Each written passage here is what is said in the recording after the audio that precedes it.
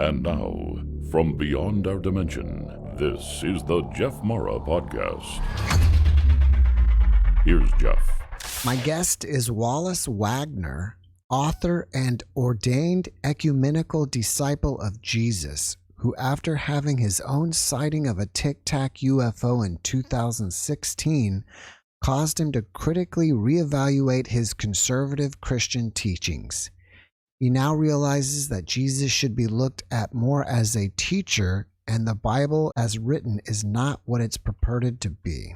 Wallace, thank you for joining me today, and welcome. Thank you, Jeff. Thank you for having me. Well, let's start with this. How conservative were you? Well, to be honest, about as conservative as you could get. I grew up in a Southern Methodist, Southern Baptist environment, and being in the Bible Belt, it was exceedingly conservative. So much so that if you didn't believe that the earth was 6,000 years old, because that's what the Bible says, then you really need to question your salvation. And all these UFOs and crafts that these people are seeing, they're all from the devil.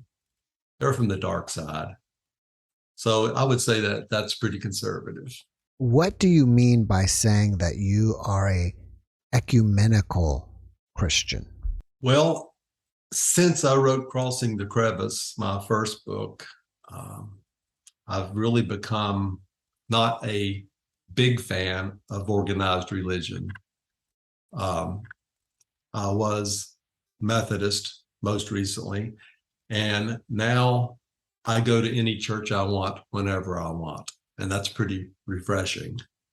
I can be Lutheran one Sunday, Presbyterian the next Sunday, disciple of Christ the next Sunday, and an independent the next Sunday. I don't belong to any specific church anymore. A lot of that has to do with my belief structure as it stands now. What's interesting to me is that even though you are citing UFOs in the Bible and you've seen UFOs yourself, you still classify yourself as a Christian. I do. For me, being a disciple of Christ and I are brothers. I used to view Christ as being God. Now I view myself as being a little Christ, or a little Jesus. For me, my God has grown from who he used to be from the Old Testament to who he or it is a more exact term, but it sounds a little bit derogatory, so I will say he, being the God of the universes. For me, we're all children of God. We're all brothers and sisters. So there's certainly more than one son of God, regardless of what a popular rendition of the Apostles' Creed says. I mean, throughout the Bible, there's sons of God, and I am a son of God. It's just my God is no longer the Old Testament God. My God is a bigger God. My God is the God of the universe, a God of love, spirit, and light, a God who is full of grace, forgiveness, and mercy, and understanding, and a God who just is control of everything, all the universes, the dimensions, and everything in it. So from that standpoint, we're all brothers and sisters of Christ. We're just on different paths. Everybody's on a path. Everybody's evolving. The Spirit lives eternally, and I am seeking the light. And since time doesn't exist, I guess we could get into that a little bit, but since time doesn't exist, my spirit is eternal already. So you are speaking to someone now that believes in a general form of reincarnation. And I believe that I am a little Jesus. I believe that eventually I will do miracles and works greater than Jesus. And that is biblical, by the way. So it's a little challenging for me to go to organized church now. When they're praying to God, the question is, who is God? Is God Yah or YHWH, being respective to the Jewish faith? Is it Jehovah, is mentioned in the King James Bible only? And is it El? I have come to realize that actually the chief Canaanite god was not Yah, it was El. And Jacob actually made an altar to El, not Yah, and called it Bethel, meaning house of God. And this El really was Elohim. And the original Hebrew text had Elohim some 2,500 times. Elohim is plural. Mm-hmm. It includes males and females. And it was taken out completely. There's no Elohim in the Bible, in the King James Bible. All 2,500 instances was taken out. And you wonder why. And a little voice inside me tells me it's because it was a man's world back then, and we wanted one God, one male God. Females weren't involved in any of the work in the canon or putting the Bible together. Females back then were second-class citizens all the way around. But this El had 70 children and a wife. Asherah, or Ishtar, was his wife. So you have two gods. And Asherah is now venerated. She's now in the NIV some 40 times. But guess how many she was in the King James? 0. We couldn't have a female god. And most all scholars now realize that Asherah was venerated even in Solomon's temple for hundreds of years. There's so many statuettes and relics that have been found that she was real. And wherever this El went and wherever Yah went, they both had concerts. So this El had 70 children. Yah was one of the children, but Yah had brothers and sisters. One of Yah's brothers was Baal, the same Baal that's in the Bible. And over time, Yah and El became closely intertwined, and Baal became the outcast. But Baal morphed into Beelzebub, which morphed into Satan, which morphed into the devil. And it's kind of funny what sticks on the wall, but he's considered evil now. But it was actually, Baal who said, "You will surely not die," if Baal was the serpent in the Garden of Eden. And he's really right, because we certainly don't die. Our spirits live eternally. I am fully convinced of that. And let's just say that each of these 70 children got land on this planet because it was Elohim who created this world instead of us. Us is mentioned in Genesis several times, and your typical Sunday school teacher will tell you that us is really, well, that's God, and that's Jesus, and that's the Holy Spirit. That's what us is. Well, that's an assumption, but it fits the agenda. Us was really Elohim, which is a group of gods, male and female. But their children got land. Each of them got a parcel of land, and Yah got what is Israel today. Baal got some other land. So Yah became very jealous, and much like some of the gods that are mentioned, like the Anunnaki and some of the, like Ptah in Egypt, they were lonely, they were jealous. And if you look at Yah compared to the New Testament God, it's 180 degrees difference. So you've got to put yourself back, if you can, back to the time of Jerome. He's trying to balance the Jews on one side and the Greeks on the other side. He's trying to serve the church, which is still, in its infancy. He's trying to appease the canonist, trying to put all this together. And they took out Asherah completely. They took out Elohim completely and made it a one God, one man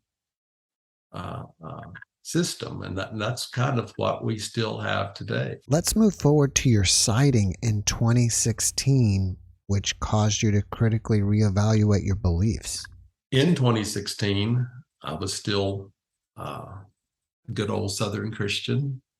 I was Methodist at that point in time. And I had decided that I would retire at the end of September 2016. Well, that month, I was a mailman. I had just made a delivery, and I was going back to my Jeep, and something or something told me to stop and look up. And I was out in the front of the lady's house, actually standing in her yard.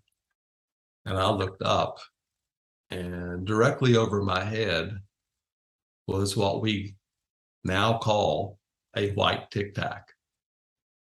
Now, this was a year before it came out, but it had no wings, no nacelles, no windows, brilliant white, oblong, no sound, no windows. It is just very bizarre looking.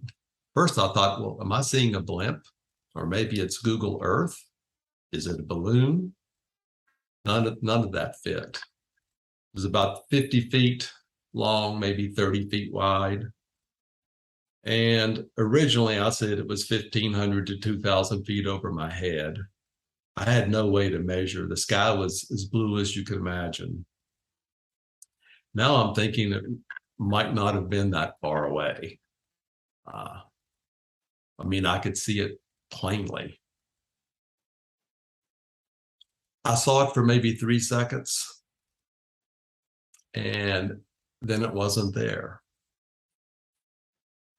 Now, I've questioned myself on what happened. Did it take off so fast I couldn't see it?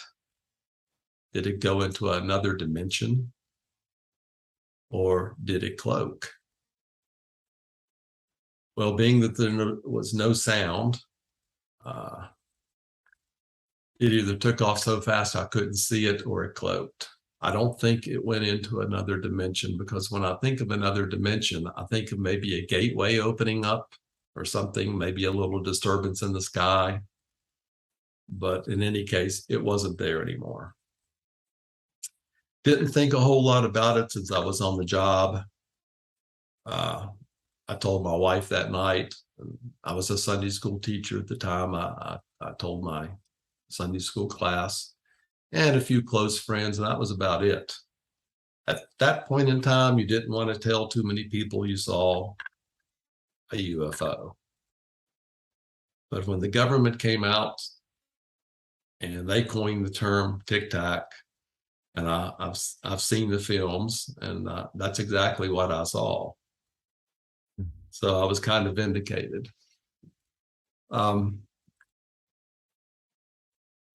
I had been taught that all UFOs were from the devil. I wasn't sure I believed that, and now I don't believe it at all. I believe some of them could possibly be ours. But it caused me to go back and look at the Bible in a different lens, through the lens of crafts and it has changed a lot of my beliefs. The Bible is actually replete of UFOs if you know how to look and where to look. They were everywhere, from Genesis through Revelation. Can you tell us about some of those stories? Sure. Of course, we all know about what Ezekiel saw. So that's a given. Let me insert this real fast. You think about angels. Do angels fly? There is a verse that says Gabriel flew. And that's in Daniel chapter 9.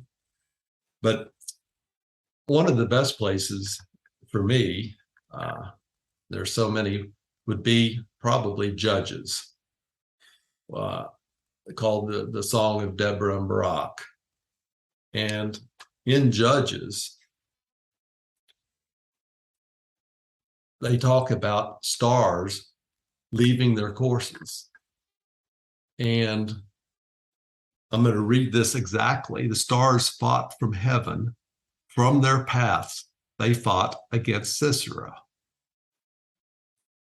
And then in verse 23, this is Judges 5, it says, curse Meroz. And that was the angel of the Lord that said that. Utterly curse its inhabitants, because they did not come to help the Lord. We won't get into why the Lord needs help. I mean, that's a whole other issue. But this Meroz is very interesting. What happens when expositors and theologians don't understand something? They make an assumption. So the assumption is this is a location or a general location somewhere around Jerusalem. Nobody can agree that that's true. Nobody knows where it is. Nobody can agree where it is. But the Jewish Talmud says something that's pretty telling, that Meroz is either a planet or a star. And these stars fought from heaven. How do stars fight from heaven? Well, that was the first question. And then I realized that back then, there were only 7,000 or so Hebrew words compared to way over 100,000 English words. So a lot of these words had different meanings. So if you were alive back then, any light you saw in the sky, that would be a star to you, regardless of how they moved. The Hebrew word for star is ruach or rush.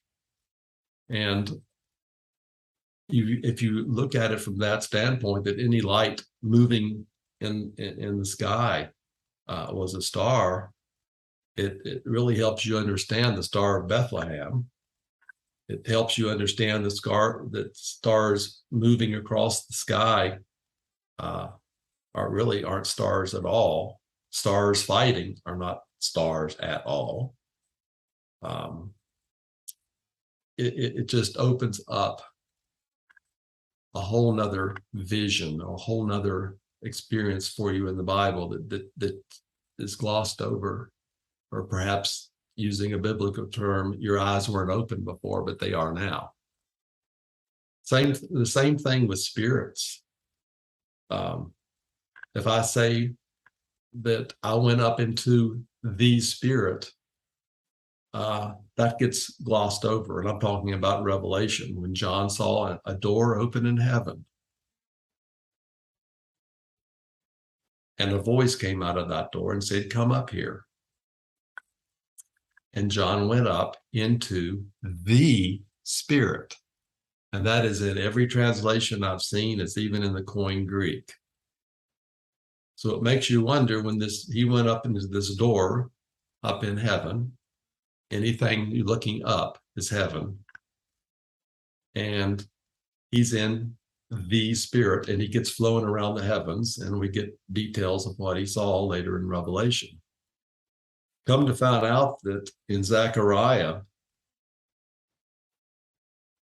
we learn that chariots coming out of bronze mountains chariots of fire or chariots moving from bronze mountains are actually called spirits.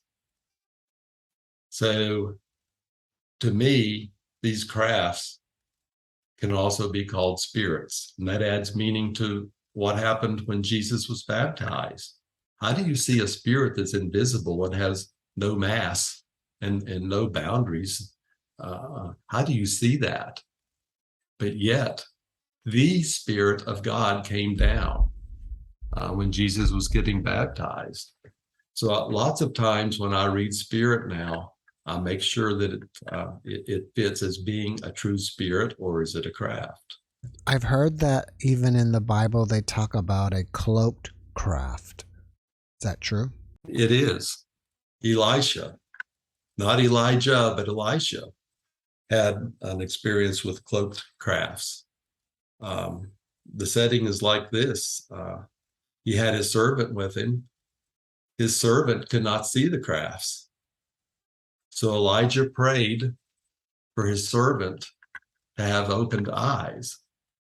And his eyes opened.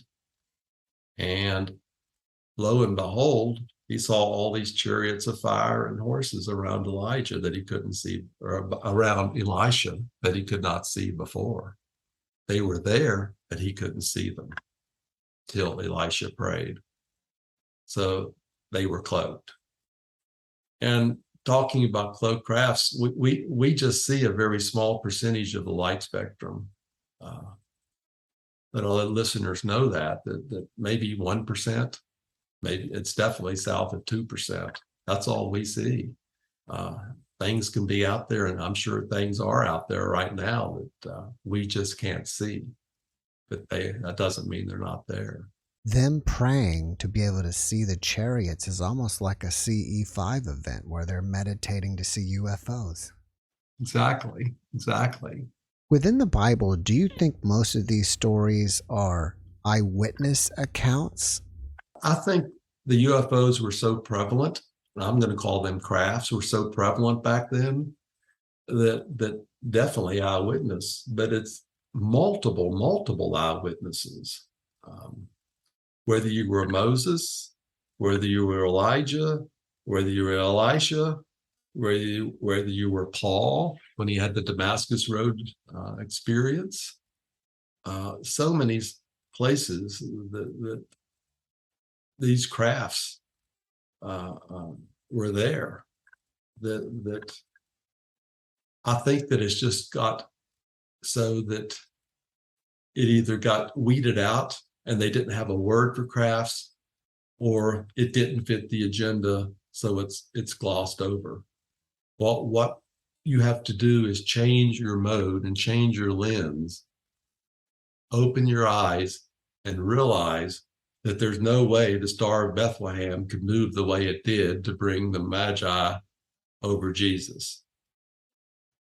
There's no way that Star of Bethlehem would shine a light down around the shepherds in the field, guiding their flock by night. Mm-hmm. That same round light shone around Paul, and a voice came out from that light. And that's something else that's interesting. I make a point of this in my first book. The word glories or glory, it has multiple meanings. Think of glory as a brilliant, the most brilliant light that you can imagine, that's formed in a stream, a well-defined light, like a beam of light. That's what glory is. The second verse of Silent Night, something that's often overlooked. Glories stream afar, stream from heaven. That's glory that streamed down around the shepherds. It was glory that streamed around Jesus. It was glory that streamed around Paul. It's just something to consider. And between spirits, stars, and glory, those three words have they were responsible really for changing a lot of my belief structure. when I mastered those three words and looked at things differently, it changed me. You know, that there's so many different versions and interpretations of the Bible, but they never seem to talk about what you're talking about. You think there's an agenda behind it. It's the same agenda since day one, since the early church.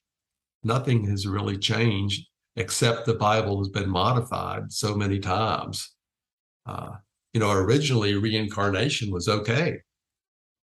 Origen believed in his form of reincarnation, and he was considered to be the wisest and brightest mind that early church ever had.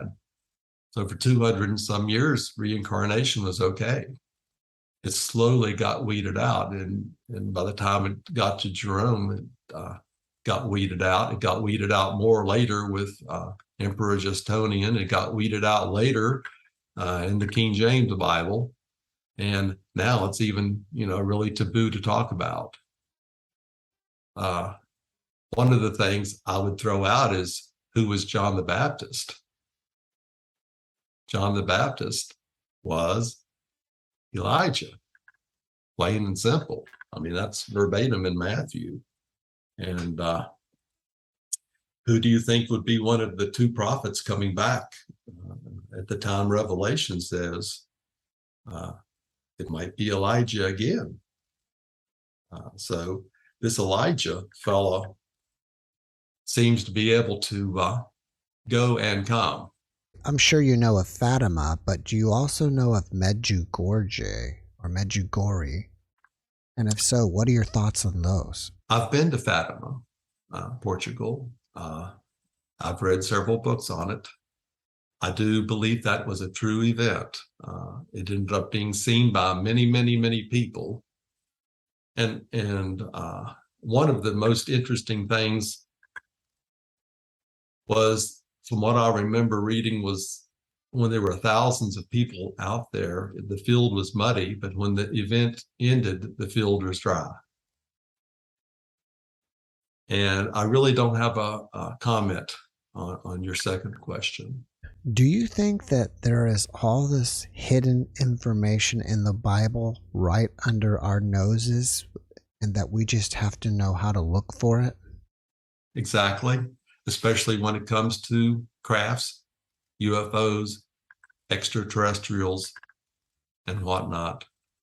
I no longer believe in miracles.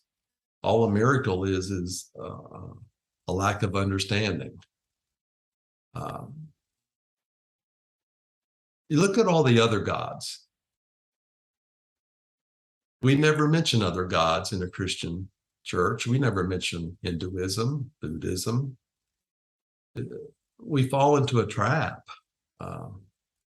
We all want to think we're right. So we might go to a bookstore, we buy something or watch something or read something that we already believe. So we want to support what we already know or look at it from another angle. We're really afraid to step outside the gates of what Reverend Michael Carter would say would be, Western culture or Western Christianity.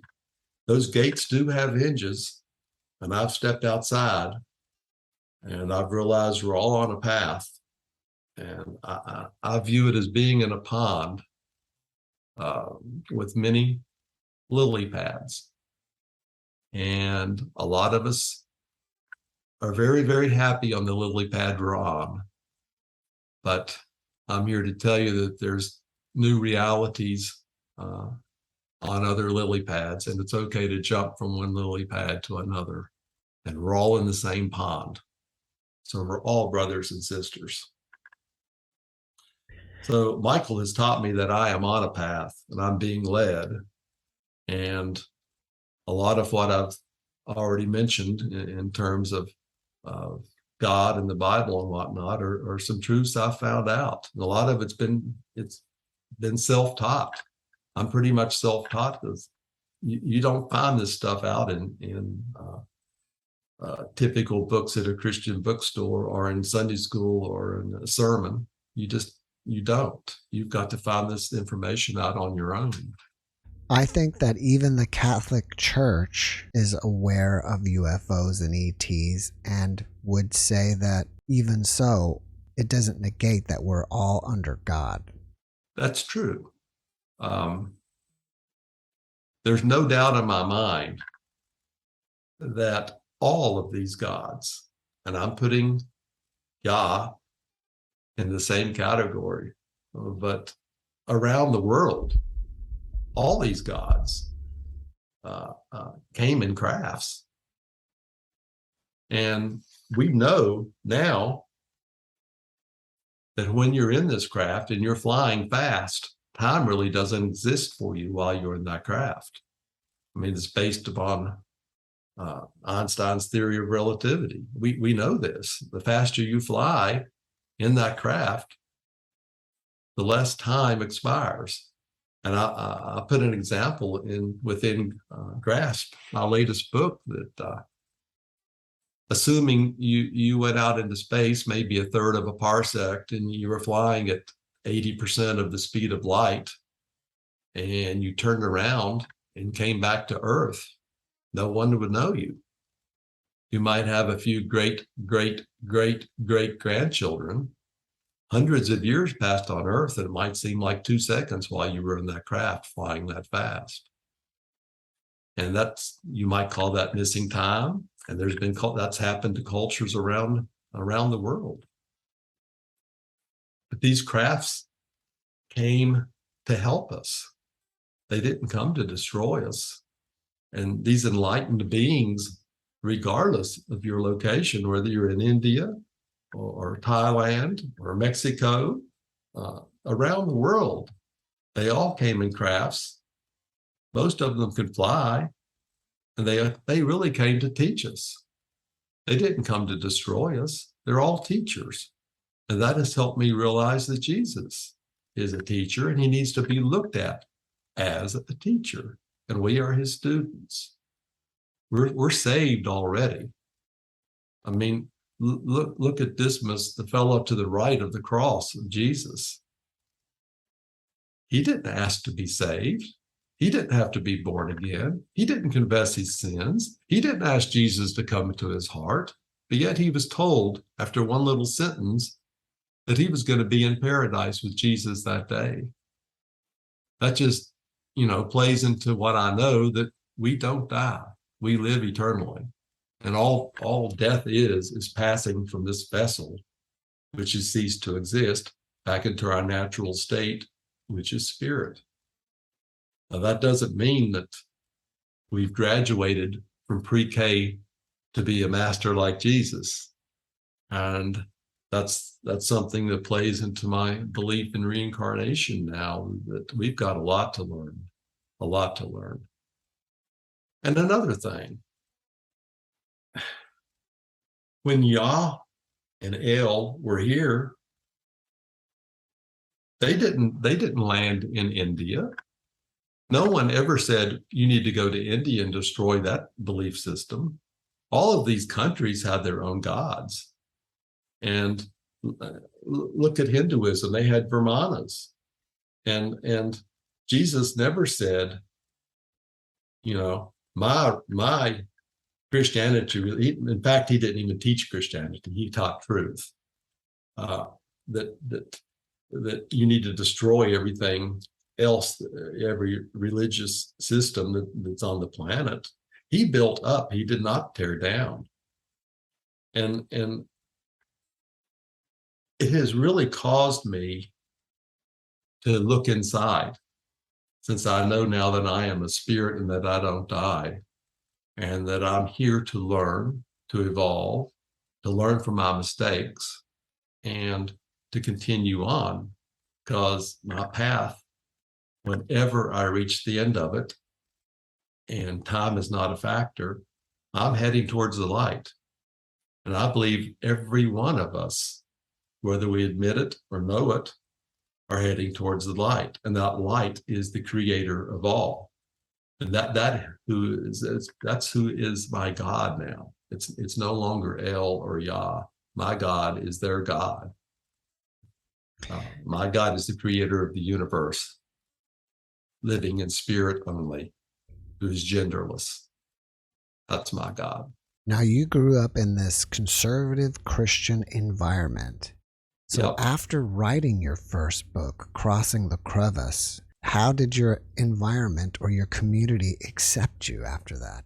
Well, Crossing the Crevice and Within Grasp, they're both ice cream, but they're different flavors.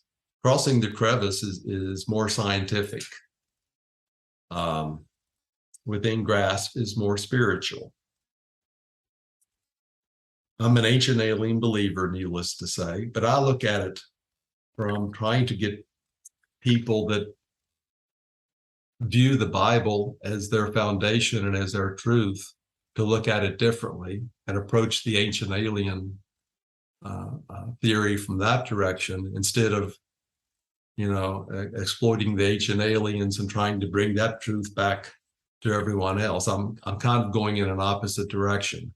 If I can get people to realize that the Bible isn't quite what they've been taught it is, and a little more history of the early church and the early church fathers, and to get them to do study on their own instead of just wanting to be taught, going around with blinders by the same information that's been out there for 1,600 years, it will change them or get them to open their eyes. And once their eyes are opened, they will be more willing to see that there's other lily pads that they can jump to. And each one of those lily pads holds different truths. And that's really the gist of those books. It hasn't created any ill will with anybody. In fact, my Amazon rating has been surprisingly good of people that have read the book.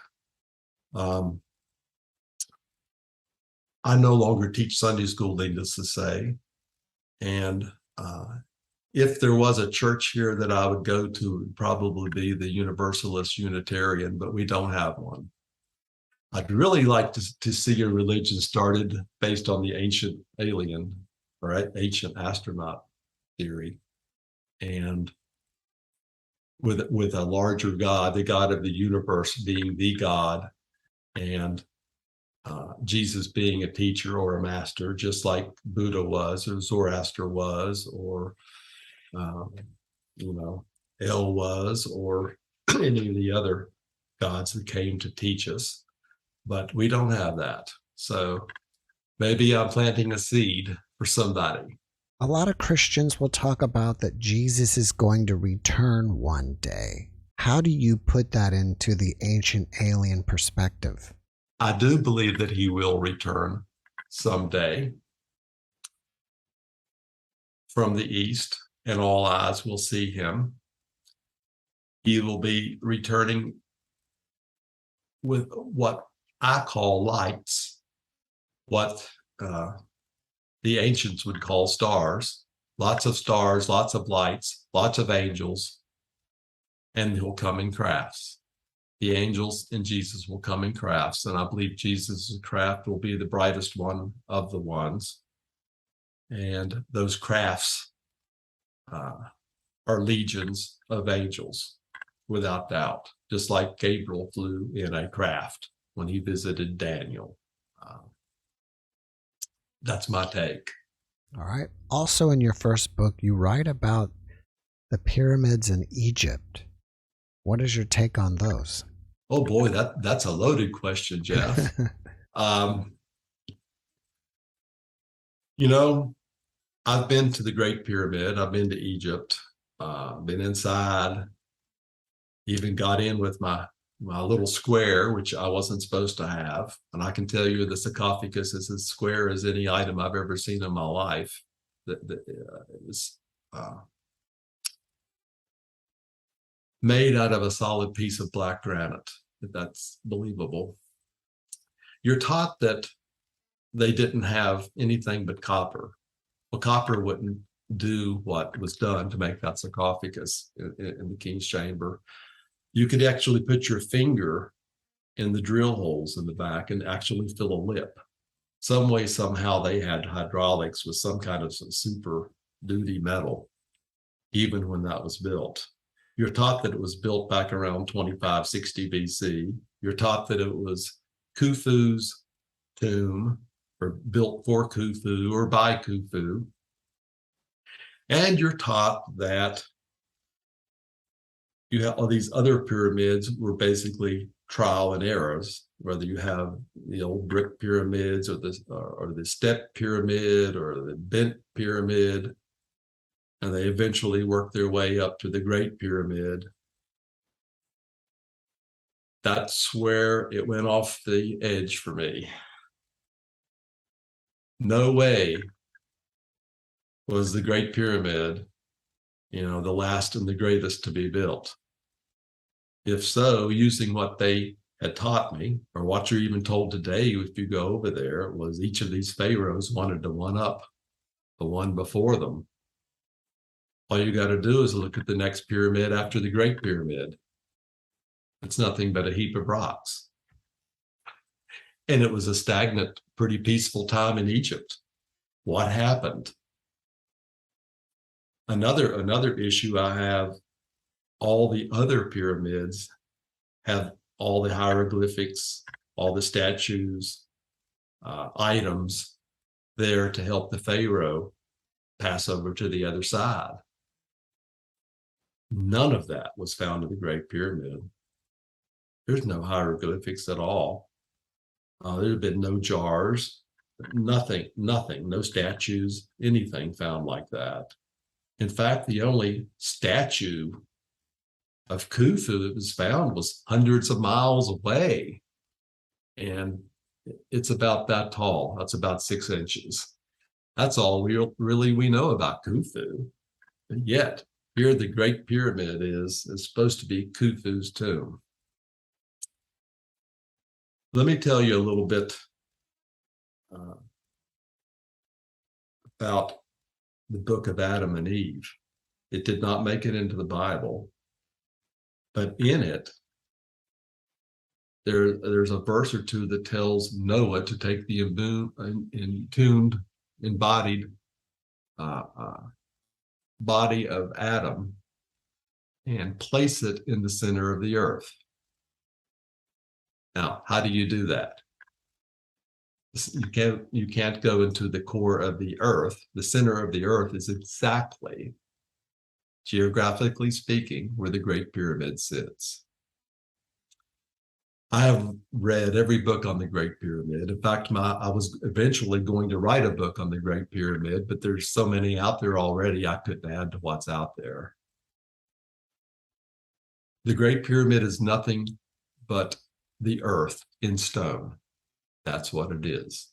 It sits at the geographical center of the earth. And if you look at all the numbers, the pyramidal inch, the cubic inch, so much, it's nothing but an exact duplicate of the earth. The height is the exact height of the average of the mountains. It sits on the earth, but it does more than that. All the other pyramids sit on the earth, and you would think the Great Pyramid sits on the earth until you look at the base of it and you realize it's socketed into the earth. The earth is part of the base of the pyramid. And so many books are out there on what it could have been. The one that resonates with me the most was actually one written by a fellow by the name of Busby. And the Great Pyramid, I believe, out of all the suggestions out there of what it could have been, I believe it was an initiation chamber, perhaps for a mystery school, perhaps for a mystery school in Egypt called the Panthers, of which Jesus may have been a member. To be a graduate of a mystery school 2,000 years ago made you somebody in society where you weren't before. And there is, some history that would state that Jesus was a graduate of the Panthers, which was a mystery school, and went through the Great Pyramid. Tell you something else, it was covered in white limestone. It's been calculated that there were 36,000 pieces of white limestone on each side, and there's 4 sides that show. 36,000 times 4 is the magical number of 144,000, which matches the number of the chosen ones in Revelation. Interesting thing. Before about 1100 AD, those stones were still present. And it's fairly well documented that each one of those casing stones had a name engraved on it that no one could decipher. And each of those names were different. So from that standpoint, you had 144,000 different names on that pyramid. Now, what happened was there was a bad earthquake or two, and most of the casing stones ended up in mosque in Cairo because it was easy pickings.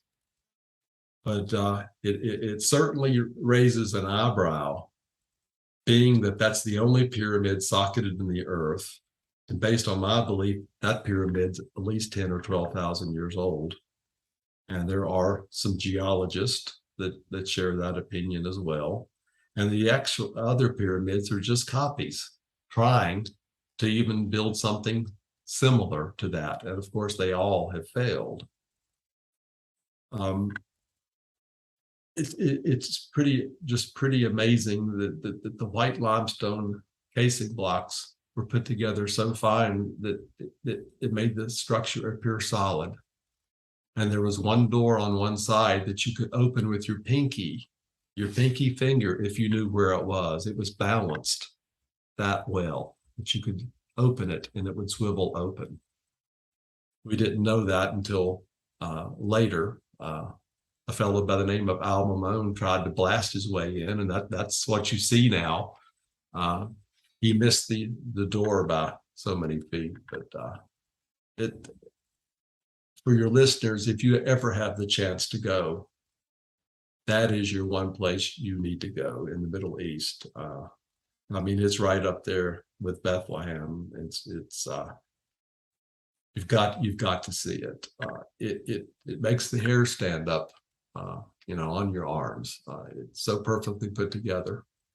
And people say, well, is it mentioned in the Bible? I personally believe it is. In the book of Job, where were you when I laid the foundation of the earth?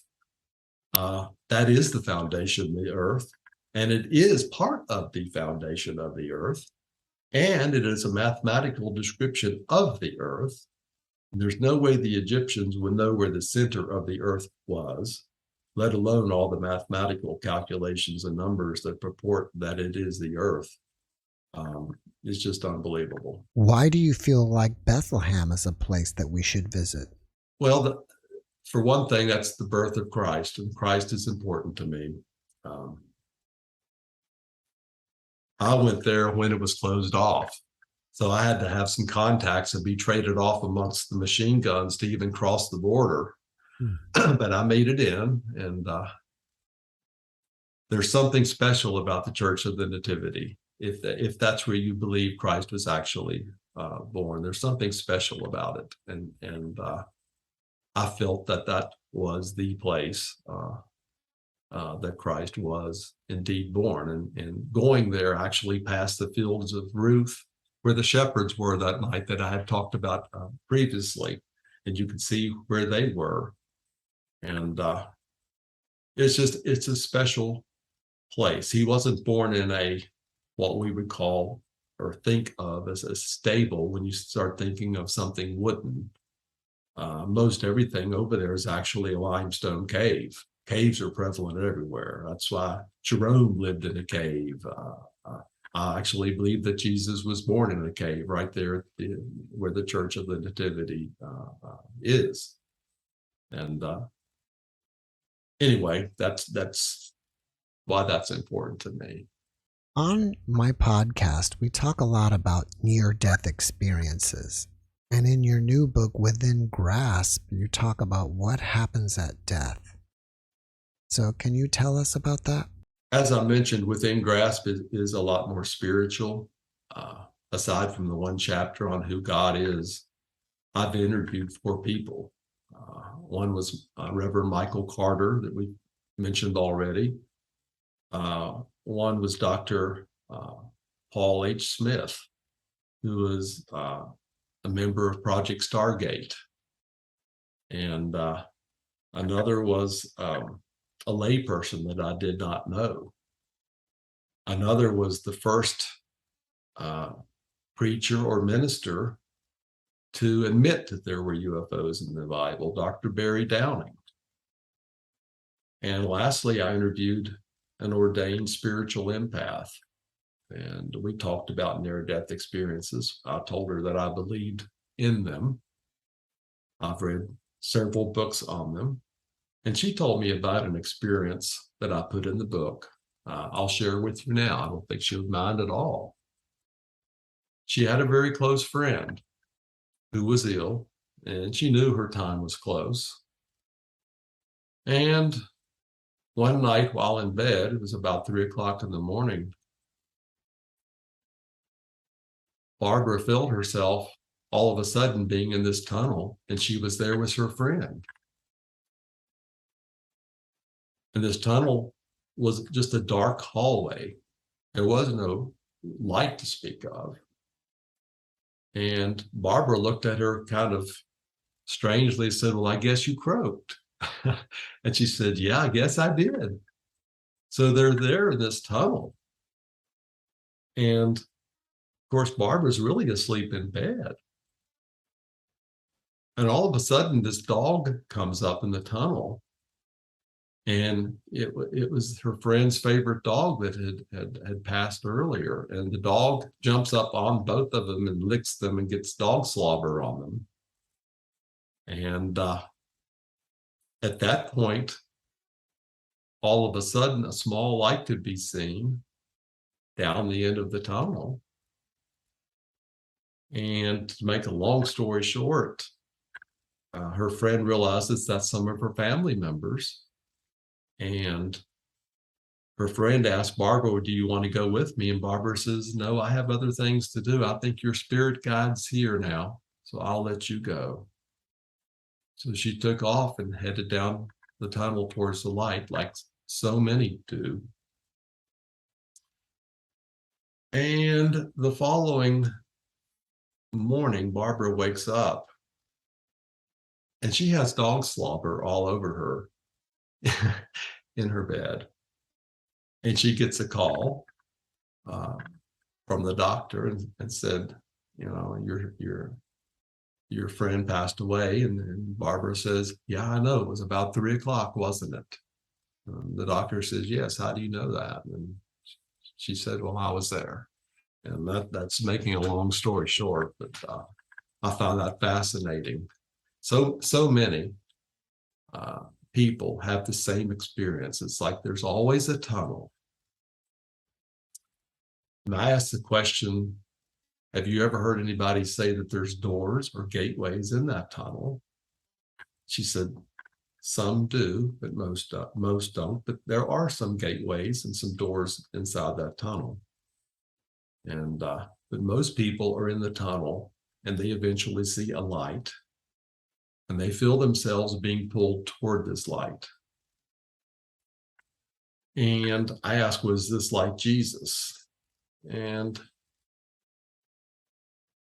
the general answer is no. It's the goodness of God, so to speak. And I'm going to let her words in the book really explain what she thinks it is. But it's helped me understand the big God of the universe and the big God who exists in spirit only, light and love. And that light is so bright that's the light that we're really heading towards is the Creator. All of us are on a path, whether we realize it or want to acknowledge it. I know that we're taught that we have this one life, make the best of it. Once saved, always saved. You die, you're with Jesus in heaven, eternity, where there's no tears, you walk on street of gold. That's all, poppycock to me now. I consider myself to be in kindergarten or even pre-K. I view Jesus as having a doctorate. But Jesus says, these are his own words in John 14, and I mentioned this several times and within grasp. When he goes to the Father, we will do the same miracles and works, if not greater, than he has done. Now let that sink in for a minute.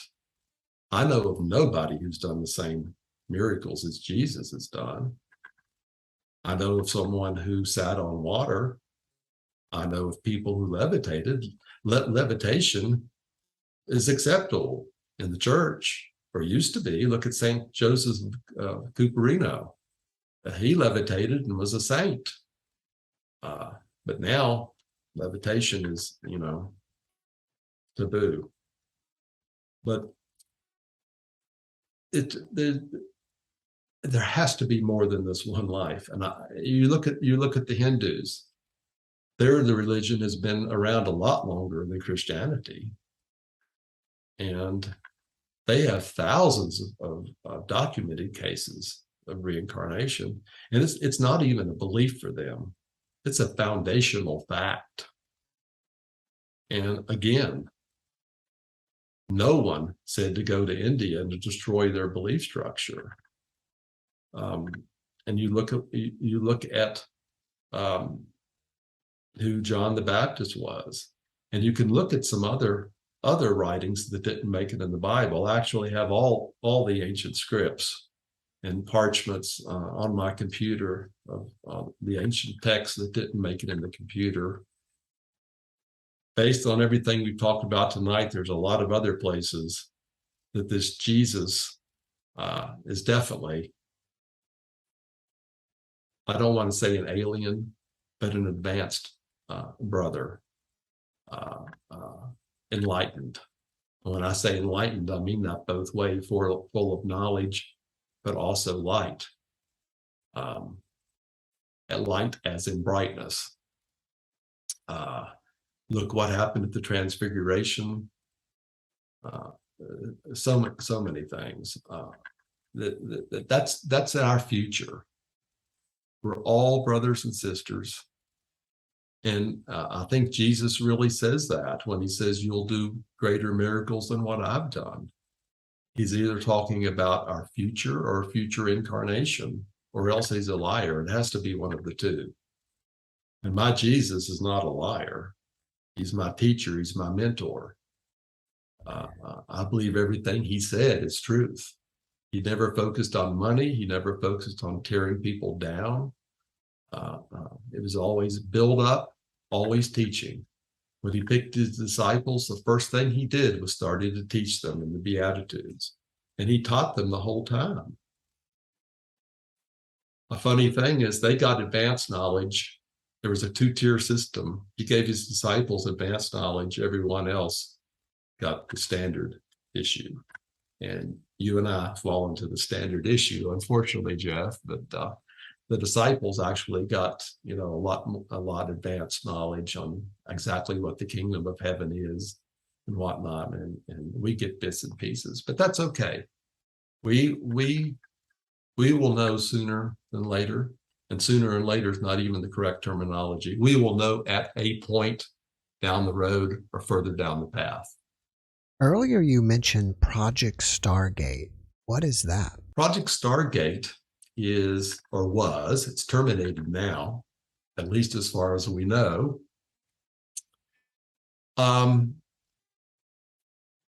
Let's say a secret, somewhat secret, definitely classified program that was at one point in the Army, at one point controlled by the CIA and whatnot. But basically what that was remote viewing.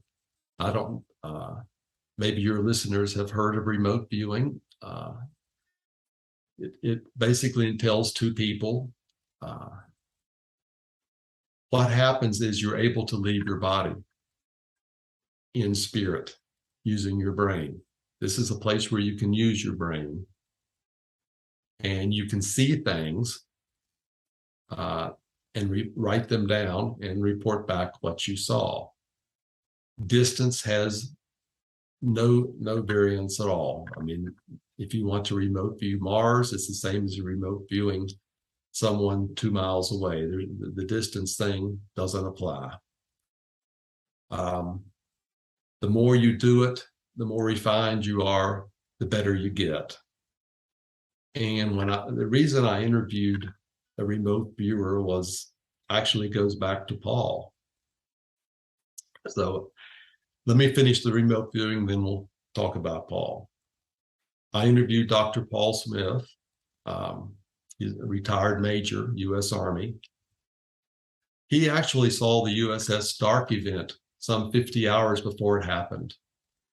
Everything that happened, he saw in a remote viewing session. And other remote viewers have seen other things. We have seen Soviet submarines under the ocean. We've seen some other planets. We've seen the moon. An obstacle or something of mass is not even in the equation. You go through doors, you can go through anything. It's your spirit controlled by your brain. It gets you there, and you can see what is there. The more refined you are, the more exact you are. And you need that interpreter to interpret what you see. So this is what the CIA and the Army used for some 20 years. It was disbanded in the 1990s. And that's what remote viewing is. I'll put that in my book because, we're taught about the heart. Everything's about the heart. And I look at the heart as a repository, but I look at the brain as a magnifying lens. We're taught a lot about the heart, but hardly anything about the lens. We barely use our brains. And let me give you the example with Paul. It's easy to believe that when Paul had the Damascus Road experience that he immediately became an apostle. That didn't happen. In fact, the Damascus Road experience was years after the apostles had already been picked. And then when Paul did have the Damascus Road experience, guess what happened? He went to Saudi Arabia for 3 years for training before he became an apostle. So here you have a tent maker who was a persecutor of Christians, who had the Damascus Road experience, went for training. We don't know who trained him. Some expositors think it was Jesus himself. Some think he may have gone to a mystery school. We just don't know. What we do know is when he came back, he had powers he didn't have before in that 3 short years. He brought somebody back to life, and he looked at a fella and was able to blind him. And he didn't have those powers before. It's training of the brain. It's being taught. And I really think we miss out on a lot of that in Jesus's teachings. We focus on Jesus as being a savior, not a teacher. What if he was really trying to teach us to use our brains? The only apostle that really got some that we know of what Jesus was trying to say was Peter. And that's when he took the step outside the boat. He did take one step on the water by himself before he panicked and called out to Jesus. So, that tells me a lot. Jesus says, if you have faith, you'll move a mountain. Faith of a mustard seed. What if faith is really brain power? What if we have faith all wrong compared to what it was back then? And you have people that have some ESP abilities, and a lot of the extraterrestrials communicate by telepathy, what if telepathy and all this stuff is in our future? And it's really, we could have it now, but there's no training. There's no training. So I wanted to put that in within grasp. Is that something that I think is overlooked a lot. And I think we're catching on now. There's a few places like Duke and whatnot that are looking into the powers of the brain, but we've got a lot in our future in store for us as our spirits go, not our bodies. Your books are called Crossing the Crevice and Within Grasp. Do we find them on your website or on Amazon? Amazon. I do have a website. I took Crossing the Crevice down and replaced it with withingrasp.net. For your listeners, it's www.withingrasp.net. You can read all about the book there, but they're both available on Amazon.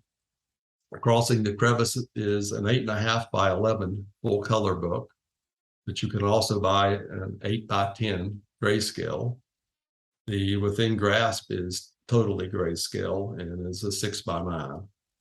They're both available on Kindle, and probably within, Jeff, 6 or 8 weeks, I'll have an audio available for Within Grasp as well. I have a fellow reading it now. I haven't heard it yet, but I do have a contract for that. After watching this podcast, people may want to reach out to you and ask you questions. Are you up for that? Sure.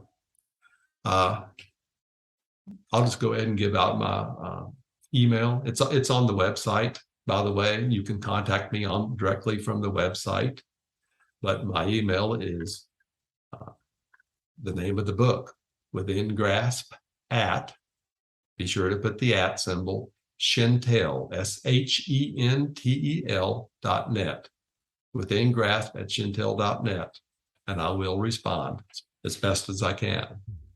Be glad to. All right, Wallace, before we finish up, can you leave us with one last positive message? One last positive message would definitely be, we do not die. We have death all wrong. Death is simply a passing.